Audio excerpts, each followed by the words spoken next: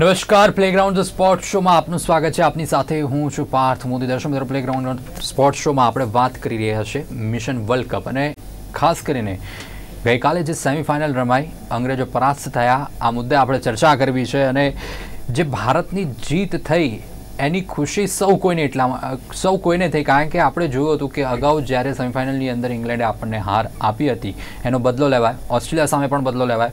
ક્યાંક હવે ભારતીય ટીમ એવા મૂડમાં છે કે કોલર ઊંચા રાખીને જે ટીમો ફરતી હતી એ તમામ ટીમોને હવે પોતાની અસલી જગ્યા બતાવવાના મૂડમાં હોય તેવું લાગી રહ્યું છે. અને એક દ્રશ્ય પણ સામે આવ્યું, રોહિત શર્મા થોડા ઇમોશનલ પણ થયા.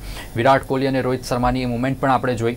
પરંતુ મહત્વની વાત એ છે કે કયા સમીકરણો કામ કરી ગયા, એક્ઝિક્યુશન કેટલી હદ સુધીનું રોહિત શર્માની કેપ્ટનશીપની અંદર અને કેવી રીતે થયું. અને આ વખતે T20 વર્લ્ડ કપની અંદર કોઈ એક વ્યક્તિ કહેવાય કે સ્ટાર નથી, બધા અલગ અલગ ખેલાડીઓ પોતપોતાની જગ્યાએ સ્ટાર બની ગયા, મેન ઓફ ધ પ્લેયર બન્યા.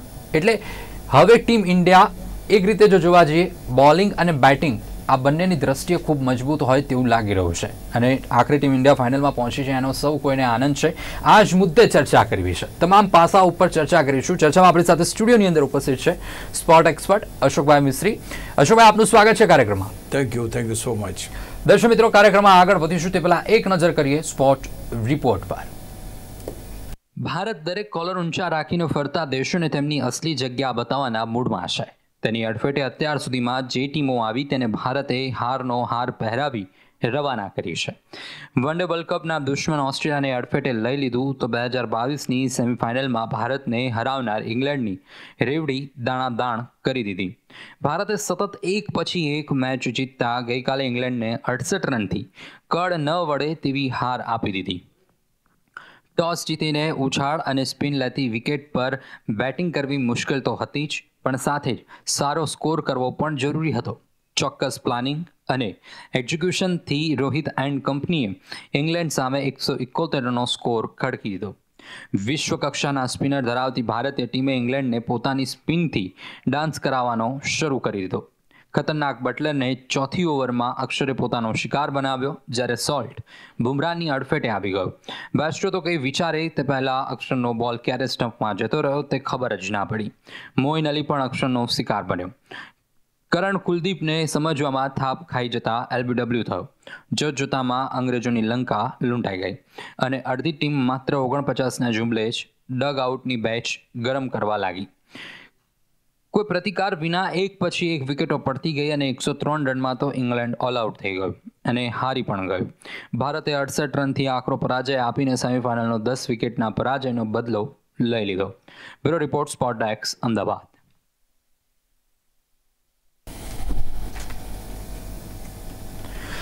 અશોકભાઈ, ગત રોજની જો વાત કરીએ તો ઉજવણી તમામ ખાસ કરીને ભારતીય જે ક્રિકેટના ચાહકો છે તમામ લોકોએ કાલની જીતની ઉજવણી પણ કરી. અને એક પ્રશ્ન એ પણ થાય કે ભારત ઇંગ્લેન્ડ સામેની જે આ જીત છે એ કેટલું મહત્ત્વ ધરાવતી હતી અને એના પ્રત્યાઘાતો કેવા પડી રહ્યા છે અને કેટલી અસર, જ્યારે આપણે ક્રિકેટ જગત ઉપર વાત કરીએ, ક્રિકેટ વિશ્વ ઉપર વાત કરીએ તો કેટલી આની અસર જોવા મળી રહી છે? બિલકુલ સાચી વાત છે. કારણ કે સૌ પહેલાં જો આપણે એમ વાત કરીએ કે આપણે આપણી સર્વોપરિતા પ્રસ્થાપિત કરવાની પૂરેપૂરી કોશિશ કરીએ છીએ. આપણે ICC રેન્કિંગમાં ભારત T20માં નંબર 1 પર છે. આ નંબર 1નો ખિતાબ એમનામ નથી મળ્યો. અમારી મહેનતથી, સારી બોલિંગથી, સારી બેટિંગથી, સારી રણનીતિથી, સારી કેપ્ટનશીપથી મળ્યો છે. એ ક્યાંક ને ક્યાંક આપણે પુરવાર કરવાની કોશિશ કરી રહ્યા છીએ. Every match has got something. ગઈકાલની મેચ ઇંગ્લેન્ડ સામેની મેચ હતી. પહેલાં તો આપણે જે રીતે ઇંગ્લેન્ડ સામે આની પહેલાં હાર્યા છીએ એ દિવસો બધાને યાદ છે. કારણ કે જ્યારે તમે કોઈ ટુર્નામેન્ટ હારો તો એ દુઃખ, દર્દ ઊભું કરે છે અને દરેકે દર્દને અનુભવ્યું છે. કારણ કે તમે બહુ જ સારું રમતા હો અને સારી રીતે રમતા તમે સેમિફાઇનલમાં આવીને જ્યારે હારી જાઓ છો ત્યારે ક્યાંક કરેલા પ્રયત્નો પર પાણી ફરી વળ્યું એવું ક્યાંક લાગે છે. એટલે બહુ જ જેને કહી શકાય કે દર્દ હતું, એ દર્દ ક્યાંક આ વખતે ઇંગ્લેન્ડ સામે પણ એટલું જ જબરજસ્ત રીતે પ્રગટ થયું અને એમને હરાવવામાં એ સફળ. એક તમારી પાસે મિશન શું હતું આપણું? પહેલું મિશન એમ હતું કે ઓસ્ટ્રેલિયાને કોઈ પણ ભોગે હરાવવું છે. આપણે ઓસ્ટ્રેલિયાને હરાવી દીધું. ઓસ્ટ્રેલિયા ટુર્નામેન્ટમાંથી બહાર પણ થઈ ગયું. ત્યારબાદ ઇંગ્લેન્ડ હતું.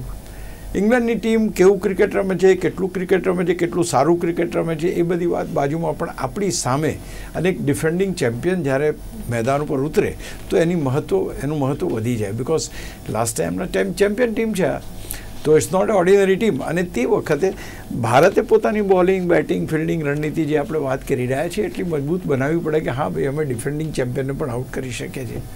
નો દેટ વોઝ ઇમ્પોર્ટન્ટ. એટલે ગઈકાલની મેચની જે અસર જોવા જઈએ તો જે આપણી જીત હતી કોમ્પ્રિહેન્સિવ જીત હતી. બીજું તમે કહ્યું એ પ્રમાણે ઇટ વોઝ નોટ એક વ્યક્તિએ 150 રન બનાવી દીધા અને ટીમ જીતી ગઈ એવું નહોતું. દરેક ખેલાડીએ પોતાને ફાળે આવતું કોન્ટ્રીબ્યુશન આપ્યું છે ને એના કારણે મેચ જીતવામાં ભારત સફળ થયું. થોડા દિવસ પહેલાં રોહિત શર્માએ બહુ સરસ વાત કરી હતી. એણે કહ્યું કે મારા માટે કોઈ સેન્ચુરી મારે કે કોઈ 50 રન બનાવે એ મહત્ત્વનું નથી. મારા માટે મેદાન ઉપર જઈને એ ખેલાડી પોતાનું 100% આપે એ જરૂરી છે. ધારો કે રવિન્દ્ર જાડેજાને રમવાના 5 બોલ કે 6 બોલ મળ્યા હોય તો 6 બોલમાં એ 2 ચોગ્ગા મારી આપે એ મારા માટે ઇમ્પોર્ટન્ટ છે. હાર્દિક પંડ્યાને રમવાનું મળ્યું હોય, 12 બોલ જ રમવા મળ્યો, એમાં મને 50 રન 40 રન બનાવીને આપે એ મને માન્ય છે. તો આ એક કોન્સેપ્ટ બહુ ક્લિયર હતો કે તમારે કરવાનું છે શું, તમારો રોલ ભજવવાનો છે. તો ધીસ વોઝ વેરી, એક કહેવાય ને કે એક ચોક્કસ રણનીતિ સાથે કોણ કેવી રીતે શું કરશે, ક્યારે બેટિંગમાં આવશે, કેટલો એનો સમય હશે, તો એ પ્રમાણે આખી રણનીતિ તૈયાર થઈને રોહિત શર્માએ એક્ઝિક્યુશનમાં મૂકી છે. And that is what we have seen yesterday. Rohit Sharma જબરજસ્ત રમ્યા, સૂર્યકુમાર યાદવ શાનદાર રમ્યા, બંનેની એક પાર્ટનરશિપ છે. ત્યાર પછીની જે તમે ઘટનાક્રમ જુઓ, છેલ્લી 5 ઓવર્સની અંદર 53 રન ઉમેર્યા ભારતે. અને એ 53 રન ઉમેરવામાં કોઈ રોહિત શર્મા નહોતા કે સૂર્યકુમાર યાદવે નહોતા, બટ અક્ષર પટેલ એમાં આવી ગયા, એમાં રવિન્દ્ર જાડેજા આવી ગયા, એમાં હાર્દિક પંડ્યા આવી ગયા, એમાં શિવમ દુબે આવી ગયા. ભલે રન ના બને પણ આ જે 4-5 છોકરાઓ જે રમ્યા, 4-5 ખેલાડીઓ રમ્યા, એમણે 50 રન ઉમેર્યા. તો આ જે મહત્ત્વની વાત છે કે ભાઈ એમાં કેટલા જણનું કોન્ટ્રીબ્યુશન. તો તમે કહી શકો કે સૂર્યકુમારનું, રોહિત શર્માનું, અક્ષર પટેલનું, ત્યાર પછી રિષભ પંત, એવરીબડી કે જેણે કેચિંગ સારા કર્યા છે, જેણે સારી ફિલ્ડિંગ કરી છે, આઈ થિંક બધાએ કોન્ટ્રીબ્યુટ કર્યું. અને કાલનો જે વિજય હતો ઇટ વોઝ અ ક્યુમ્યુલેટિવ વિજય. દરેક જણનો એક પરફોર્મન્સ ઉપર આધારિત નહીં. પેલો એક જ બોલર તરખાટમાં જવાને 6 વિકેટ લઈ જાય અને સામેની ટીમ હારી જાય એવું નહીં. 3 વિકેટ અક્ષરે લીધી, 3 વિકેટ કુલદીપે લીધી, 2 બુમરાહે લીધી. જે પોતાના ભાગે જેટલું કામ આવ્યું એટલું પરફેક્શન સાથે કરીને એમણે આપ્યું ને એટલા માટે આપણે ઇંગ્લેન્ડને પરાસ્ત કરવાની સફળતા મેળવી શક્યા. તો અહીંયા બહુ જ જબરજસ્ત છે કે તમારી રણનીતિ કઈ છે અને તમારે શું જોઈએ છે. કારણ કે ટોસ જીતીને પહેલાં તો એ લોકોએ આપણને જે બેટિંગ આપી ત્યાં જ ભૂલ કરી, કારણ કે એ વખત થોડી ઘણી બી વિકેટ થોડી ઇઝી હતી, પણ તે છતાંય બોલ ટર્ન થતા હતા, બોલ સ્લો હતા. એ વિપરીત પરિસ્થિતિની અંદર ભારતે જ્યારે 171નો સ્કોર કર્યો ત્યારે હું માનું છું કે ક્રિકેટના જાણકાર દરેકને ખબર હતી કે આ વિકેટ ઉપર બોલ ટર્ન થાય છે. ભારત પાસે અક્ષર છે, ભારત પાસે રવિન્દ્ર જાડેજા છે, આ 2 ખેલાડીઓ એટલા ભારત પાસે કુલદીપ છે, આ 3 સ્પિનર છે એ કોઈને હક લેવા નહીં દે. અને the similar thing has happened કે તમારી પાસે બુમરાહ ને એ તો છે જ, હર્ષદીપ તો છે જ, ત્યાર પછી આ 3 સ્પિનર્સ. એટલે ભારતનું જે બોલિંગ ડિપાર્ટમેન્ટ સારું છે એ સારું બોલિંગ ડિપાર્ટમેન્ટ જે છે એને કાલે આટલા રન બન્યા 172 એ એમને સાચવવાના હતા, ડિફેન્ડ કરવાના હતા. અને એ ડિફેન્ડ કરવામાં ભારતની ટીમ સફળ થઈ. અને કેવી સફળ થઈ, કોઈ એક એવો બેટ્સમેન નહોતો કે જેઓ 40-50 રન માર્યા હોય. એટલા દરેક ખેલાડીઓ આમ જે લિસ્ટ જ્યારે જોઈએ ને તો આપણને એમ થાય કે કેવી રીતે વિકેટો પડી છે. એમ તમે 25થી શરૂ કરો, 27, 28, 29, એ રીતે કરીને એક 2 અને એટલા માટે એમના રન આટલા ઓછા થયા અને આખી ટીમ ઓલ આઉટ થઈ ગઈ just because of everybody's effort. એટલે ટીમ એફર્ટ છે એક પહેલી વાત છે. અને ટીમ એફર્ટની સાથે સાથે બોલિંગ અને બેટિંગ આ એકબીજાની ઉપર જે ડિપેન્ડન્ટ હોય છે. આપણે ઘણીવાર વાત કરીએ છીએ કે જો ભાઈ ધારો કે ભારતની ટીમે 150 રન બનાવ્યો તો જવાબદારી બોલિંગ ડિપાર્ટમેન્ટની રહેતી કે 150 રનને ડિફેન્ડ કરવાના હતા. કાલે તમારી પાસે 170, 171 રન હતા, યુ ગોટ સમ કુશન મોર, તો એ તમારે ડિફેન્ડ કરવાના હતા. અને એ ડિફેન્ડ કરવામાં ભારતીય ટીમ સફળ થઈ. તમને યાદ હોય તો યુએસએમાં જેટલી મેચો રમાઈ છે, યુએસએની તમામ મેચોની અંદર ભારતના બોલર્સ જ ચાલ્યા છે, બેટર્સ તો ચાલ્યા જ નથી. 110 રન થાય, 120 રન થાય, એવું ટોટલ થતું હતું. તો એ વખતે બોલર્સનું જે ભૂમિકા હતી એવી જ મજબૂત દમદાર ભૂમિકા ગઈકાલે પણ જોવા મળી. Everybody has bold well. Fielding તમે જુઓ, તમે રનઆઉટ જુઓ 2 કર્યા છે. તો આ જ્યારે તમે અને બધામાં એક જ જનૂન કે નહીં ઇંગ્લેન્ડને આજે પાડી દેવું છે, ઇંગ્લેન્ડની સામે આપણે જીતવાનું છે. તો હું માનું છું કે ધીસ ઇઝ વોટ મેટર્સ અને એટલા માટે આ વિજય ખાસ અગત્યનો થઈ જાય છે. બિલકુલ, વિજય અગત્યનો ખાસ થઈ જાય છે. એની પાછળના ઘણા કારણો છે, પરંતુ એક કારણની જ્યારે વાત કરીએ, રોહિત શર્મા અને રોહિત શર્માની રણનીતિ આ કેટલો મહત્વનો ભાગ ભજવી ગયો. એક રણનીતિ એક્ઝિક્યુશનની વાત હોય, કેટલી સરસ રીતે એક્ઝિક્યુશન થઈ. શું આપણે એવું કહી શકીએ કે રોહિત શર્મા એક ચાણક્ય કેપ્ટન તરીકે ક્યાંક ઉભરી આવ્યા છે? કારણ કે કમ્પેરિઝન થતી આવી છે MS ધોનીથી લઈને રોહિત શર્માની, આ બંનેની કમ્પેરિઝન થતી આવી છે. શું પરિસ્થિતિ અત્યારે રોહિત શર્માને લઈને? રોહિત શર્મા એક એવા ડાયલિમામાં જીવે છે, મીન્સ કે હી is in such A position કે એકવાર બહુ જ સરસ રીતે એણે ટીમને લીડ કરીને ફાઇનલ સુધી લઈ આવ્યા. કોઈ પણ મેચ ભારત હાર્યું નહીં અને ફાઇનલમાં આપણે ન જીતી શક્યા. દર્દ છે એ દર્દને, મીન્સ એનું એક્ઝિક્યુશન તમે જુઓ તો પાવરફુલ જ છે. એના execution even previous world cup he was perfect in his thinking. એના એક એના મૂવ હતા એ પરફેક્ટ હતા. તમે રિષભ પંતને ઉપર રમાડ્યો, તમે અક્ષરને તમે ચાન્સ આપવા લાગ્યા, તમે બાકીના ખેલાડીઓને પ્રમોટ કરવા લાગ્યા. તો ક્યાંક ને ક્યાંક જે એને જોઈએ છે એ જોઈએ છે કે ભાઈ તમે સેન્ચુરી નહીં મારો તો મારે ચાલશે, પણ હમણાં જે વાત કરી એ પ્રમાણે તમે તમારી રીતે તમારું રમો, ફ્રી રમો, ફેર રમો. તમે ત્યાં જાઓ એટલી વખત તમે તમારું સારું રમત દાખવો. બીજું એક અગત્યની વાત એ છે કે he gives freedom to the batsman. Virat Kohli નથી ફોર્મમાં, but still he is in the team.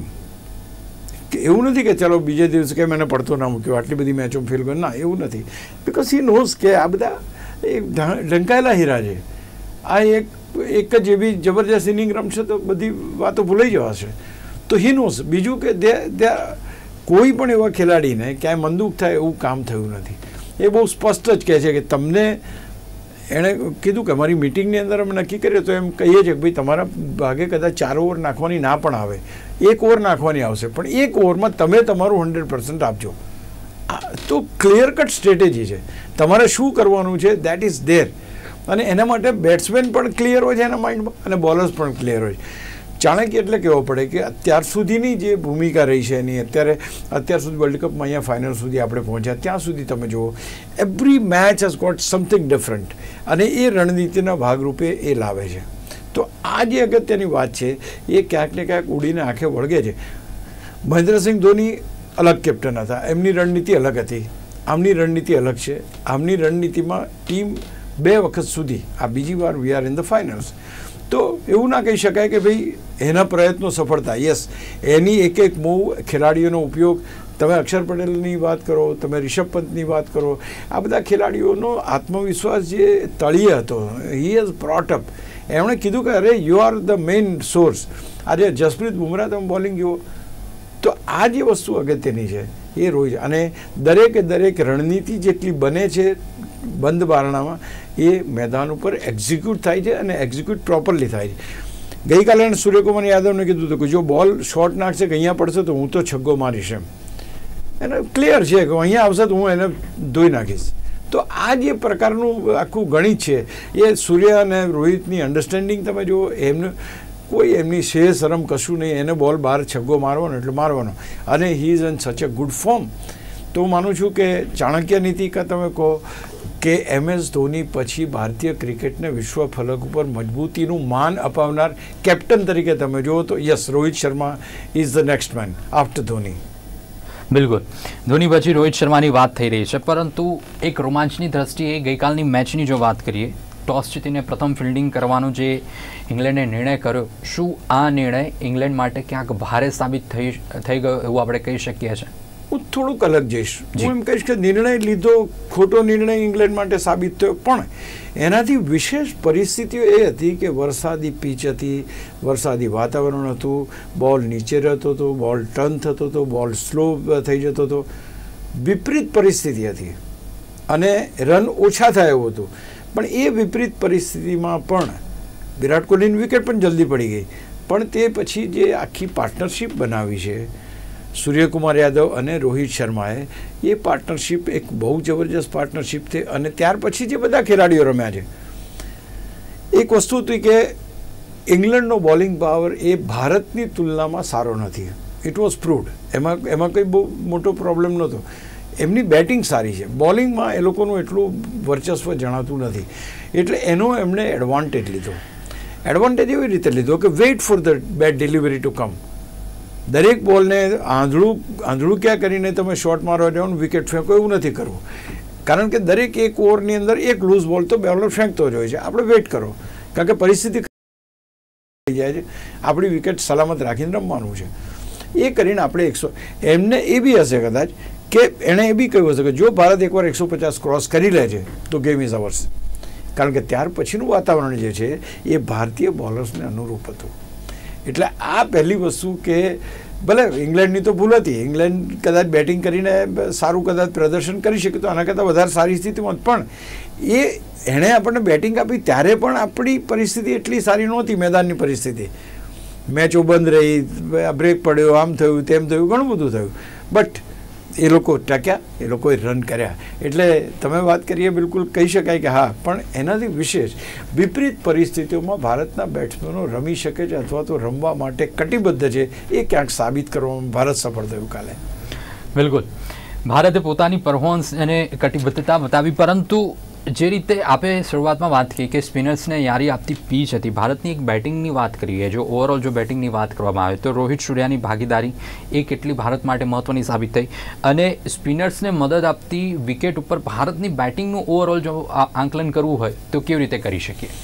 બહુ સરસ વાત કરી તમે. હમણાં જે વાત કરી એને હું એક્શન કરું કે એમની પાસેના જે સ્પિનર્સ હતા એ એટલા બધા ડોમિનેશનવાળા અથવા તો એટલા બધા જબરા કે એટલી બધી અસરકારક નહોતા જેટલા ભારતના સ્પિનર્સ છે. એટલે પહેલી વસ્તુ એટલે એમના સ્પિનર્સને રમવામાં કંઈ બહુ ખાસ તકલીફ પડી નહીં, ટુ બી વેરી પ્રિસાઇઝ. અને જે રીતે એક મોમેન્ટમ સેટ કર્યું હતું રોહિત શર્મા અને સૂર્યકુમાર યાદવે કે કોઈ પણ બોલર આવે તમે એને ચોગ્ગા છગ્ગા તો ફટકારી શકો છો. તો એ જે વાત છે એ બધાના માઇન્ડમાં હતી કે તમે રમી શકો છો, થોડુંક વેઇટ કરીને રમવું પડશે તમારે.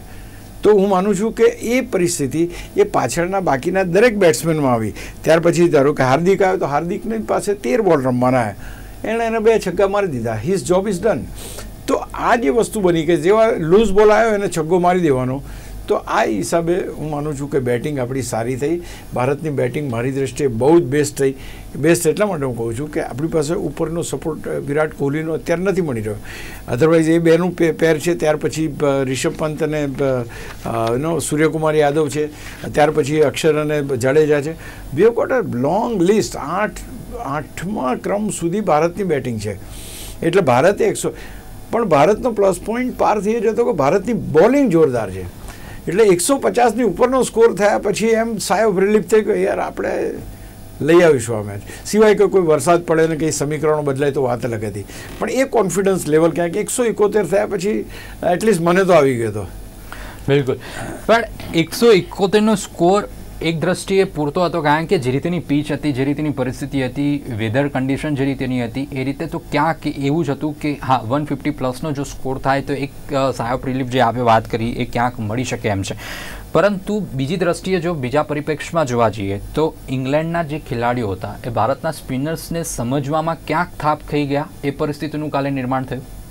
બિલકુલ થાપ ખાઈ ગયા, તમારી વાત બિલકુલ સાચી છે. એમાં વાત બની એવી રીતના કે શરૂઆતની વિકેટો જે પડતી ગઈ એ બટલરની વિકેટ જે પડી એ અક્ષર પટેલે લીધી, that was a turning point. અને ત્યાંથી આખી સ્થિતિ બદલાઈ. કારણ કે બટલર એક એવો ખતરનાક ખેલાડી છે કે જે IPLમાં પણ ધમાલ મચાવી ચૂક્યો છે અને અધરવાઇઝ બી એ મોસ્ટ ડેન્જરસ બોલર તરીકે છે. સોલ્ટ છે, સોલ્ટ પણ આ વખતે જબરજસ્ત ફોર્મમાં હતો. આ બંનેની વિકેટો એટલે ત્યાર પછીની જે પહેલાં બટલરની વિકેટ ગયા પછી ત્યાં આગળ થોડોક એક મોમેન્ટમ 4થી 5મી ઓવરમાં તો અક્ષર પટેલને લાવી દીધો રોહિત શર્માએ. આ એક અગત્યની વસ્તુ છે કે તમે તમારા ફાસ્ટ બોલર્સને એ કરો છો કે તમે સ્પિનર્સ લાવી દો છો, તમે લાવી દીધા અને એને ફટકારવામાં વિકેટો ગઈ. અને એ વિકેટો જવાને કારણે એક પ્રેશર સર્જાયું. એટલે પહેલી વિકેટ, પછી રિષભ પંતે 3 વિકેટો લીધી, અક્ષર પટેલે 3 વિકેટો લીધી, બુમરાહે 2 વિકેટો લીધી. તો હું માનું છું કે આ એક વસ્તુ અલગ છે કે ક્યારેક જો સોલ્ટને જે રીતે બુમરાહે બોલ્ડ કર્યો એ પણ એક અદ્ભુત વસ્તુ બની. અને ત્યાર પછી બટલર 23 રન, મોઇન 8, બેરસ્ટો. હવે આ બધા ખેલાડીઓ છે, બેરસ્ટો છે, મોઇન છે, સેમ કરન છે, આ બધા ખેલાડીઓ તો આ લોકોની સામે આટલું બધું રમ્યા છે. પણ તે છતાંય એમનું માનવું એમ હતું કે આપણે attack is the best defence, આપણે ચોગ્ગો છગ્ગો સીધો ફટકારો તમે. બટ દે ડોન્ટ નો કે સ્પિન થતી વિકેટ ઉપર ભારતના સ્પિનરો આજથી નહીં, આજથી 50 વર્ષ પહેલાંથી ચંદ્રશેખર બેદીને પ્રસન્ન હતા ત્યારથી એ ખતરનાક પુરવાર થયા છે. આજે નહીં, વર્ષોથી થયા છે. તો એમને રિસ્પેક્ટ આપીને રમવા જેવું હતું. તો કંઈ રન બનવાની સ્થિતિ સુધરત.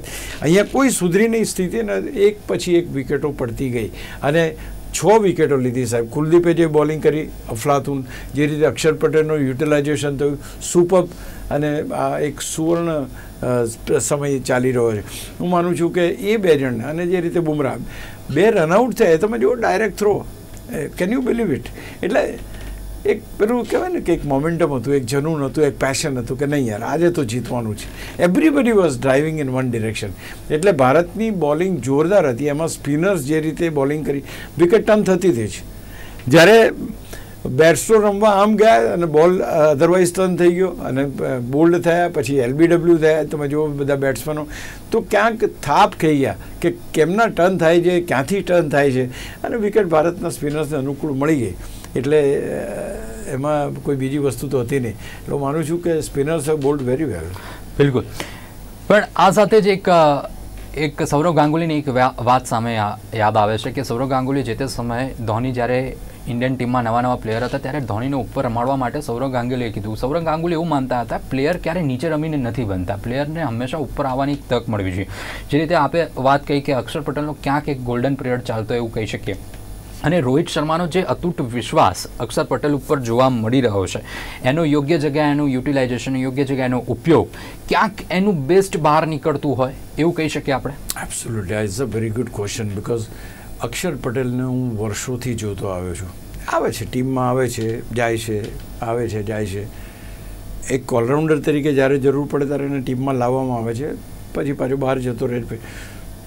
હું માનું છું કે અત્યારે જે સમય ચાલી રહ્યો છે, જ્યારે એની પસંદગી થઈ ત્યારે ઘણા બધા સવાલો ઊભા હતા કે અક્ષર પટેલ શા માટે? તમારી પાસે ઓલરેડી રવિન્દ્ર જાડેજા તો છે. પણ એ રોહિત શર્માને ક્યાંક હતું કે આ ખેલાડીનું યુટિલાઇઝેશન હું બહાર, એટલે કે વર્લ્ડ કપમાં જ્યારે રમવાનો છું ત્યારે એનું યુટિલાઇઝેશન કરીશ. તમે જો એને બેટિંગમાં એણે ઉપર મોકલ્યો, he has done very well.